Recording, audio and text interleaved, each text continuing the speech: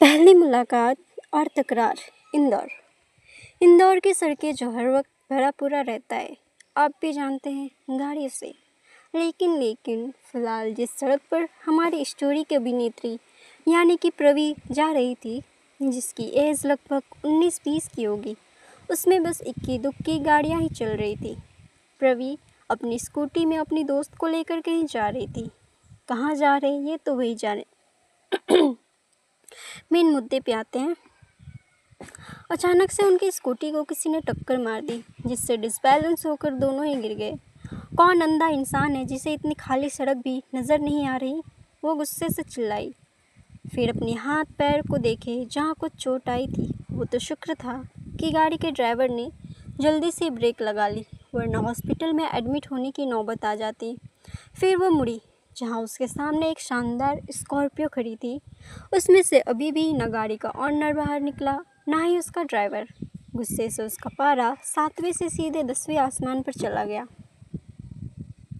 उसने आवाज़ लगाई, पर फिर भी कोई बाहर नहीं निकला।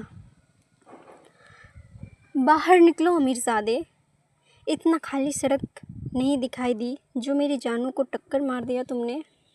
वो एक बार फिर से चिल्लाई, पर फिर भी कोई बाहर नहीं निकला। कार के अंदर ड्राइविंग सीट पर बैठे आदमी अपने सामने खड़ी लड़की को कुछ डर से देख रहा था। उसकी आंखों के सामने एक मॉल के पार्किंग एरिया का सीन चल रहा था, जहां स्कूटी पार्क की हुई थी और गलती से किसी ने उसे ठोकर मार दी थी। वो ये सोच ही रहा था कि उसे आवाज़ आई, ये क्या चिल्लाए जा रही है, इसे पैसे दो और रफ़ा दफ़ा करो। बैक सीट पर बैठे आदमी ने थोड़ी ऊंची आवाज़ में कहा, जो लगभग 27 साल का होगा।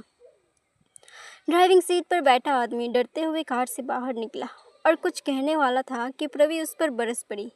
आपके कान खराब हो गए हैं? आप बहरे हो गए हो? या फिर आपका ये जो ग्लास है वो साफ़ नहीं है? इतनी देर से चिल्ला रही हूँ, हाथ दिखा रही हूँ, मैं दिख नहीं रही क्या? प्रवी अभी जो ड्राइवर सीट से बाहर निकला था उस पर गुस्से से दहाड़ी। वो आदमी अपनी जेब से पैसे निकालने ही वाला था कि बैक साइड पर बैठा आदमी भी बाहर आ गया, ये सोच के कि आखिर उसे इतनी देर क्यों लग रही है। वो कहीं जा रहे थे जहाँ उनका पहुँचना बहुत ही ज़रूरी था। लेकिन जैसे ही वो बाहर आया और उसकी नज़र प्रवी पर गई, उसकी नज़रें वहीं थम गई। पर अगले ही पल उसने अपना ध्यान हटाया और ड्राइविंग सीट वाले आदमी से बोला, तुम किसी काम के नहीं हो, इतनी छोटी सी मैटर भी नहीं संभाल सकता। उसने इतना कहा और एक चेक प्रवी के आगे बढ़ा दिया। जितनी चाहो उतनी ज़ीरो इसमें ऐड कर लेना। इतना कहकर वो मुड़ गया। वही ड्राइविंग सीट पर बैठे आदमी की हालत ख़राब हो गई। वो जैसे ही मुड़ा, उसकी कार की बोनट और हेडलाइट के फूटने की आवाज़ आई। प्रवी ने जैसे ही देखा कि वो आदमी उसे अपने पैसों का रौब दिखा रहा है, उसने रोड के साइड में जहाँ फ्लावर्स वगैरह रखे थे वहाँ पर रखी पत्थर उठा सीधा उनके कार की बोनट और हेडलाइट पर हमला कर चुकी थी। वो आदमी गुस्से से मुड़ा और वही ड्राइविंग सीट वाला आदमी की आंखें, साथ ही प्रवी की बेस्टी की आंखें फैल गईं। जिसका डर था वही हुआ। ड्राइविंग सीट वाला आदमी धीरे से बड़बड़ाया। वहीं उस आदमी का चेहरा और आंखें गुस्से से लाल हो गई। वो कुछ कहने वाला ही था कि उसे प्रवी की आवाज़ आई, ओ मिस्टर अमीरज़ादे, अपनी अमीरी ना कहीं और जाके दिखाना। इतना बड़ा एक्सीडेंट कर दिया, बस एक सॉरी बोल देते, लेकिन नहीं, आप लोगों तो बस अपनी पैसों की अमीरी ही दिखानी है।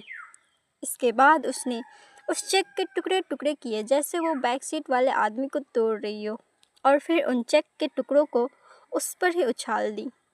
इसके बाद वो सामने वाले की बिना सुने मुड़ गई और अपनी स्कूटी को सही से खड़ा कर दोनों निकल गए। वही वो आदमी धीरे से बोला, मिस फायर। ये कहते वक्त वो हल्के से मुस्कुराया।